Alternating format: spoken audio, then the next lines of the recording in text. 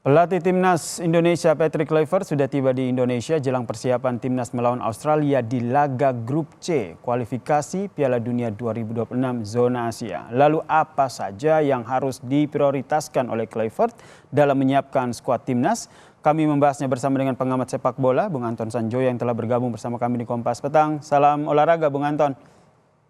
Salam olahraga. Kluivert dan juga asisten pelatih sudah tiba. Menurut Anda, apa yang harus diperhatikan oleh Kluivert dalam meracik timnas saat menghadapi Australia nanti? Ya, ini masa-masa yang berat bagi Kluivert dan kawan-kawan ya, karena dia harus mempersiapkan laga pada tanggal 20 Maret melawan Australia di Sydney. Sementara pemain-pemainnya belum kumpul, bahkan belum pernah kumpul setelah era dia. Jadi ini yang pertanyaan besarnya ini gimana nih strateginya? Karena kan kebanyakan pemain ada di luar negeri, pemain yang terakhir tim utamanya Sintayong itu kan mainnya di luar negeri ya. Ada yang di Belanda, kebanyakan di Belanda, tapi seperti Jai main di Italia, Kevin Dix main di Eropa, sementara Martin Pas main di Amerika kan. Jadi sulit ini mempertemukan mereka ini, apalagi ketika Kluivert ada di Belanda, saya nggak tahu apakah dia ketemu sama pemain-pemain Indonesia yang ada di sana kan. Ada Tom Haye, ada Geverdong, ada banyak sekali pemain Indonesia di sana. Apa dia sempat ketemu atau enggak? Karena menurut saya pertemuan tim pelatih dengan para pemain yang sudah settle di era Sintayong, menurut saya sangat penting. Jadi kalau sekarang dia datang ke Indonesia, saya baca berita dia akan muter ke Liga 1 untuk cari pemain lain, saya kira kalaupun ada penambahan, barangkali tidak terlalu signifikan, mungkin 1-2 menggantikan tim yang dibentuk oleh Sintayong. Berarti menurut Tapi Anda ini akan banyak perubahan dibanding laga sebelumnya atau seperti apa? saya yakin tidak akan banyak perubahan ya, karena bagaimanapun tim yang terakhir bermain melawan Arab Saudi itu kan tim yang sudah lama bergabung, meskipun banyak pemain juga baru ketika itu.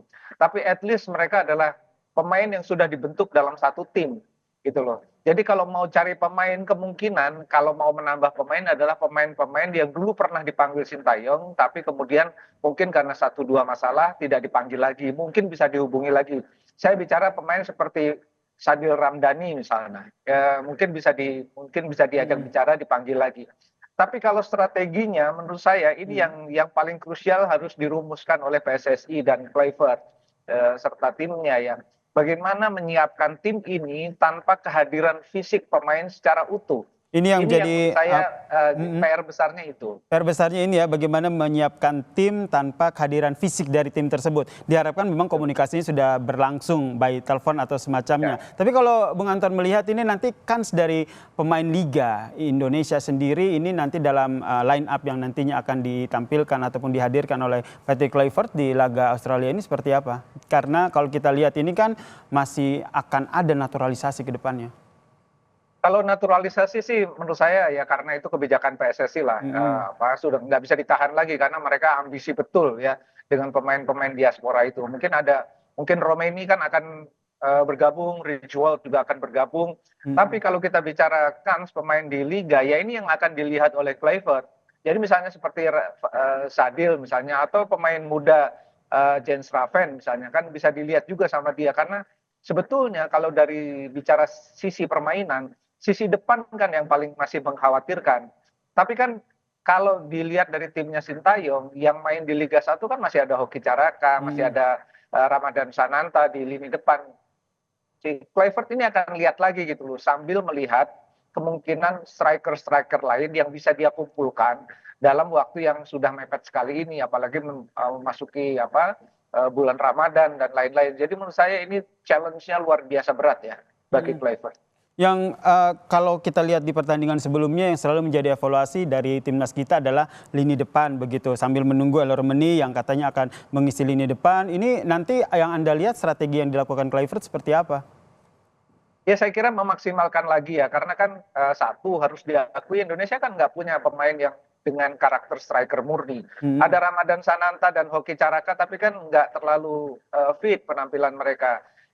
Jadi harus dilihat lagi nih, apakah yang akan dibicarakan dengan Ramadan dan Hoki Caraka misalnya, karena dia kan sebetulnya yang sudah lama bergabung, dua pemain ini gitu loh. Rafael Strijk barangkali kalau sudah selesai kompetisinya bisa diajak bicara juga. Tapi kemungkinan besar tidak akan banyak perubahan di lini depan. Mungkin ada pemanggilan 1-2 pemain ya. Mungkin bukan di lini depannya, tapi di lini sayap atau di lini gelandang. Tapi saya tidak terlalu yakin siapa, karena kalau kita lihat apa yang dibentuk oleh Sintayong itu yang terbaik yang dipunyai Indonesia. Mungkin ada beberapa pemanggilan baru lah, tapi mungkin pemain yang lama yang sudah tidak bergabung, Elkan Bagot misalnya bisa dipanggil lagi. Saya Banyak bilang yang tadi Radil Samdani misalnya, Ramdhani bisa dipanggil lagi. Oke, jadi ini memang sudah apa yang sudah disiapkan Sintayong kebanyakan akan dilanjutkan begitu oleh Patrick Kluivert. Dan ini ada gambar terbaru nih, Bung Anton dan juga pemirsa Kompas TV, ini kita hadirkan. Ini adalah foto yang diunggah Instagram Patrick Kluivert bersama dengan asisten pelatihnya setelah tiba di Indonesia, dan ini diunggah di Instagram story dari Patrick Kluivert. Bung Anton, ini sudah ketemu dengan asisten-asisten pelatihnya. Kalau kita tadi kata Bung Anton tidak ketemu secara fisik dengan pemain-pemain, tapi dengan hadirnya asisten pelatih ini tentu harusnya bisa membantu untuk meracik pemain dan juga strategi yang mapan. Bagaimana Anda melihat dari posisi para asisten pelatih ini? Ya, terutama kalau kita yang paling signifikan adalah kehadiran Alex Pastor kan, yang kemarin nggak sempat kumpul waktu Kluivert datang pertama. Jadi Lansat, Pastor, sekarang ada Van Boer sudah bisa kumpul. Mungkin yang paling mereka bisa lakukan adalah mereka ketemu dengan pemain-pemain yang potensial dan mereka menganalisis semua pertandingan Indonesia. Itu yang paling mungkin mereka lakukan, dan berkomunikasi dengan orang-orang di Indonesia yang paham betul karakter pemain-pemain ini sehingga mereka mendapatkan informasi yang jelas. Saya kira itu yang paling bisa dilakukan. Tapi kalau ketemu secara fisik, misalnya dengan Hoki Caraka kan bisa, dengan Ramadan Sananta bisa, dengan Egy Maulana Fikri bisa ketemu juga gitu loh. Jadi bisa diskusi. Tapi kalau untuk latihan dalam satu tim, saya rasa memang agak berat ya. Agak berat, tapi masih bisa diakali ya, masih bisa diatasi ya. Ya, diatasinya dengan pertemuan yang non fisik ya, mungkin dengan komunikasi pertemuan jarak jauh gitu. Yang penting komunikasinya jalan. Tapi saya tidak melihat ada kemungkinan apa yang sudah dibentuk oleh Sintayong itu berubah secara drastis. Saya rasa nggak ada gitu loh. Karena saya tahu Kluivert mungkin barangkali juga kalau membentuk tim yang sama sekali baru juga kan rasanya juga konyol ya. Jadi mungkin menurut saya tim yang sudah dibentuk oleh Sintayong ini dievaluasi, yang kurang-kurang dia akan coba menganalisis bagaimana menambalnya, dia lihat karakter pemain, dia lihat video rekamannya, kemudian dia mencoba simulasi dengan itu semua. Karena sebetulnya krusialnya kan H-7 menjelang tanggal 20. Nah, ini H-7 menjelang tanggal 20 itulah sebetulnya hasil dari evaluasi semuanya kemudian dipraktekkan pada tanggal H-7 itu, mungkin kira-kira sekitar tanggal 13. Tapi tanggal 13 itu kan itu weekdays. Nah, yang berat adalah pemain-pemain yang berlaga di Eropa, mereka pasti belum datang. Karena mereka pada weekend, pada pekan itu mereka masih bertanding. Jadi mungkin H-4 atau H-3 dari tanggal 20 baru pemain-pemain itu kan datang. Seperti Verdong lah yang sekarang menjadi andalan Nijmegen. Kemudian juga ada Jai yang andalan Venesia, kan nggak mungkin bergabung pada tanggal 13. Pasti pada weekend atau pada akhir weekend pada pekan itu. Jadi nggak mungkin dia bergabung gitu, karena mereka adalah andalan di klub masing-masing. Jadi H-3 atau H-4 baru bisa full tim gitu ya bergabung. Nah, menurut Anda ketika sudah full tim nih gabung, apa yang akhirnya lebih diutamakan oleh Kluivert? Langsung membagi strategi atau masih tetap melihat person by person pemain? Saya kira akan dibagi per departemen dulu. Saya yakin rencana itu dia per departemen pertahanan, tengah lalu depan, lalu dia akan simulasi permainan. Mungkin kalau bisa melakukan satu laga uji coba melawan klub Liga 1 gitu untuk melihat ini aja ya, misalnya 2x20 atau 3x20 gitu. Untuk melihat apa yang sudah dia rencanakan sebelumnya dipraktekkan di lapangan jalan enggak gitu loh. Karena kan pasti akan banyak perubahan strategi ya dari Sintayong ke Kluivert, kan pasti ada perubahan lah, nggak mungkin sama plek juga gitu. Nah, ini yang saya kira akan dicoba dalam 3 hari itu. Akan dicoba dalam 3 hari tersebut ya. Lawan ya. Bung Joy, kalau STY sendiri kan pernah gitu menghadapi Australia, kemudian sudah melihat gaya permainan Australia begitu. Kalau yang Bung Joy sendiri melihat apa yang nantinya akan dibaca oleh seorang Patrick Kluivert jika melihat peta kekuatan dari ataupun perkembangan dari timnas Australia?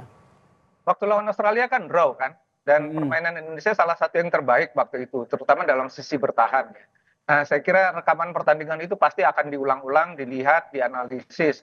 Dan Australia sendiri menurut saya sudah banyak perkembangan yang mereka mampu menahan Jepang juga gitu. Jadi semua itu pasti sudah diskusi ketat tuh antara Lanzat, Pastor, dan Kluivert. Sekarang ada Van den Boer. Jadi rasanya mereka berempat akan berdiskusi sangat ketat mengenai laga awal itu, karena itu yang akan menjadi penentuan. Meskipun saya harus katakan, kalaupun kalah melawan Australia di Sydney, belum tertutup kemungkinan Indonesia untuk bisa lolos gitu loh. Jadi masih ada kemungkinan kalau mengalahkan Bahrain, kemudian mengalahkan Cina, terakhir Indonesia akan tandang ke Jepang.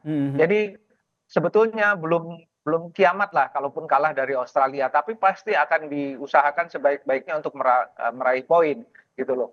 Saya kira kalau di Sydney main imbang bisa raih poin itu udah luar biasa, karena memang persiapan tim pelatihnya juga sangat terbatas, pemain juga berkumpul dengan waktu yang sangat terbatas. Pemain Australia kan kebanyakan main di liga mereka gitu loh. Ada 1-2 yang di Liga Eropa, tapi kebanyakan tampil di liga mereka sendiri, di Liga Australia gitu. Jadi mereka lebih sering berkumpul lah, saya yakin itu. Jadi tantangan terbesar adalah ngumpulin pemain nih. Memang waktunya 2,5 bulan sejak tanggal 6 kemarin kan.